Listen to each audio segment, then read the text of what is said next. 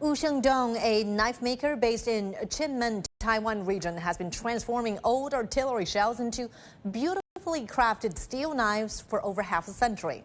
His unique craft has attracted visitors to the island, just a 30-minute ferry ride from Xiamen on the Chinese mainland. Our correspondent Rian Maelzer has the story.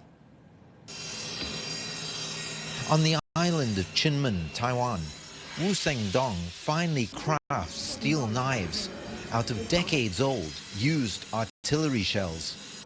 We've been making knives since my grandfather's generation, around 1937. I myself have been doing this for over 50 years. In the past, it was an agricultural society. We made all kinds of farming tools for daily life use and fishing gear. We didn't just specialize in making knives like we do now. Back then, we would travel around the entire village looking for anything that needed repairs. In markets and restaurants, there was high demand for knives. So gradually, we stopped traveling around and settled down in our hometown, Wu village. In the 1960s, we opened a shop in the city center. There were a lot of troops stationed in Kinmen. Military units needed knives and blades, so they would draw out the shape of the knives they were more accustomed to for us to customize them. So it was only from that era that we slowly started to build the reputation of these artillery shell knives. It became more and more well known.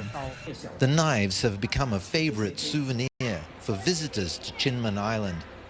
In the past, it was challenging to produce high-quality steel. They would burn sorghum grain into ash and then use it to forge into pig iron. So in the past, there was a saying, 100 refinements make quality steel. As life improved, people started to differentiate knives for different purposes. One for cutting meat, another for cutting bones. There are also knives for cutting fruits, slicing raw fish, and chopping watermelons, as well as knives for general kitchen use, hiking, and more. So the variety keeps growing. What we're most concerned about is the continuity of this craftsmanship. And that's why many of us, including my son, our younger generation, are constantly involved in the process of passing it on. The pandemic shut down travel to the island. Last year, visitors from the rest of Taiwan returned. But the flow of tourists from the mainland, just half an hour away by ferry, still hasn't returned to normal.